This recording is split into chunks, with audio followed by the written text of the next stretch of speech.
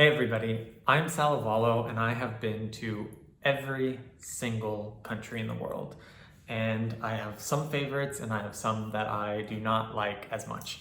And today I have racked my brain about one of the best regions of the world, Oceania. And here I'm going to tell you the 3 best countries in the Pacific. So this is very, very much my opinion. And it would change if I think about it in another week, if I'm in a different mood, if I make another trip and something else comes up. So, this is very, much an opinion. Just want to put that out there as a disclaimer.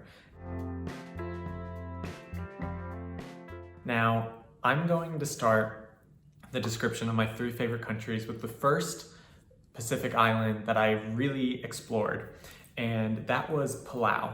And I went to Palau in 2014, and I went to learn how to scuba dive, my very first introductory course. Now, Palau is famous for being one of the world's best scuba diving spots. And because it is kind of this haven for all scuba divers around the world to go and explore Palau, it's not really a place that people go for their introductory course. And I met a lot of people who were at the same dive center as I was, who had been looking forward to going to Palau and scuba diving there for many, many years. And I kind of went a little bit on a whim. I was the only person at the dive center that week doing the introductory course, which was great because I got the instructor all to myself, and we got to explore these incredible underwater sites. I've always loved scuba diving ever since then. I haven't done it in near enough places, but learning how to do it in Palau, I was able to do a wall dive, which is where you're kind of floating. You're not swimming, you're just moving with the current next to a wall, where it falls off. I don't really know how to explain that. I was able to see turtles and sharks and so many different kinds of fish and just beautiful, beautiful places. So I super recommend Palau for the scuba diving, but also because it's an interesting cultural area. So it's one of the 3 countries in the Pacific that's in free association with the US, which means that there's a very close connection. It really only became independent or sovereign in the early 1990s, I think in 1990. And because of that, it still has a really close relationship with the States. Most of its GDP or most of its government budget comes from funding from the United States. So a lot of connections are there. For example, Palauans are able to serve in the US military if they want. And so I met a lot of people who were really close to the US, and that was exciting to be there.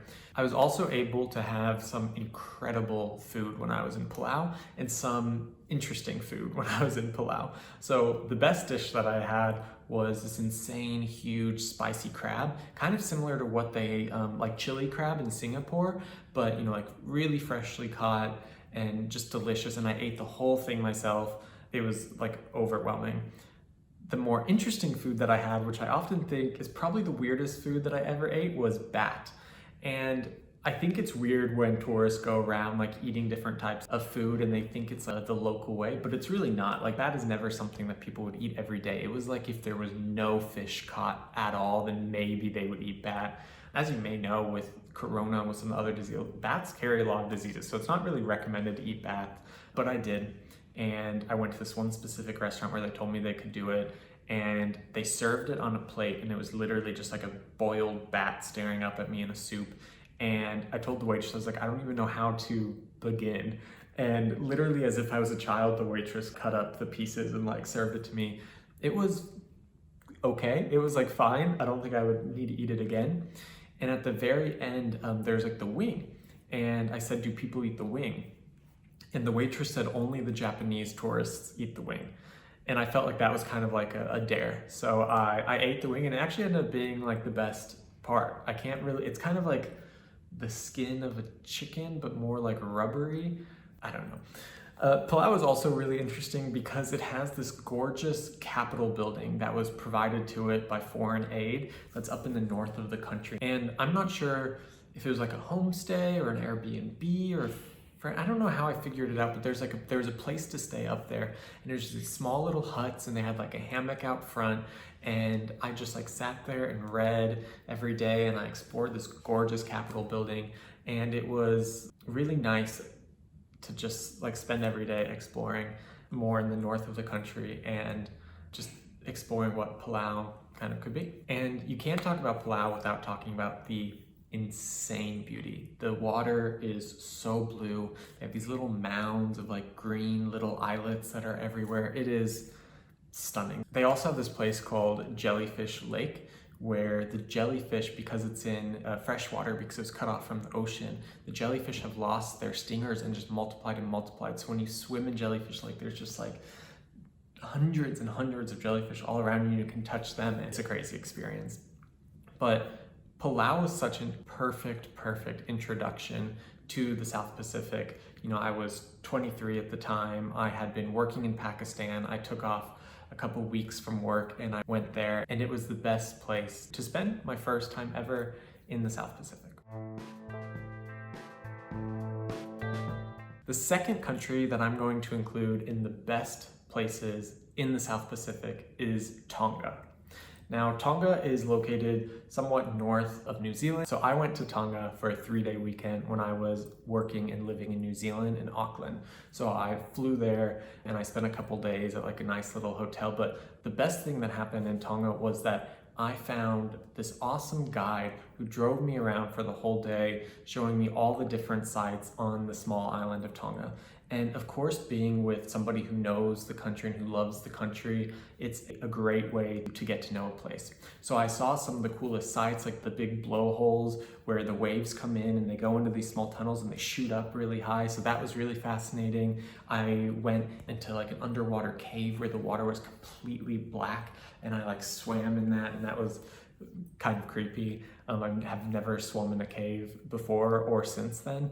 Because it was around the time of the new coronation of their new king, there was all of these like Tongan flags everywhere, so you really just felt like the patriotism of the country everywhere, and everyone was really excited for this new stage. It's the only monarchy left in the South Pacific, or a country ruled by the monarch. A lot of the countries still have the Queen of England as like head of the Commonwealth, but Tonga has their own king, so that was really exciting. And we also went to the site, which they call it like the Tongan Stonehenge. So it's these like huge stones like you see in England at Stonehenge that have been placed like kind of similarly in like a temple setup. And so lots of history, lots of culture, lots of natural beauty. So Tonga was really exciting for me. I would love to go back again for a longer period. Obviously a 3-day weekend isn't enough, but it was a great time, and I'm so happy that I got to see it. The third country that I'm going to include as the best places in the South Pacific is Tuvalu, the last country in the South Pacific that I visited, and I actually haven't been back. So I went in 2017. It was my 190th country. I only had 3 countries after that: Congo, Yemen, and Malta.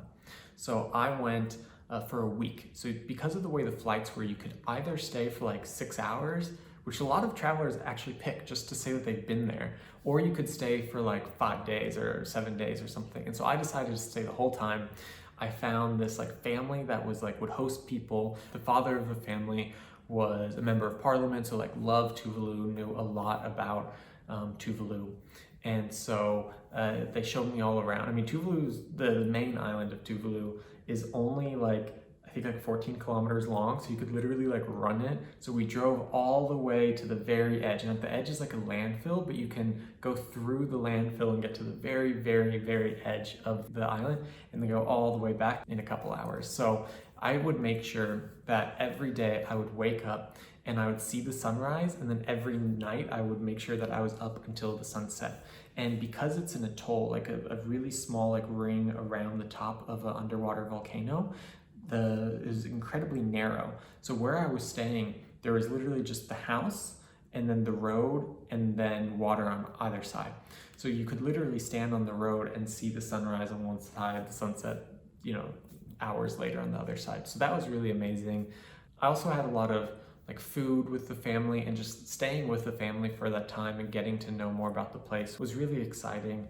And Also being, so close to the end of my journey, I was in such high spirits and there was no internet access. There was like one cyber cafe, but I went there the last day, the day before I flew off.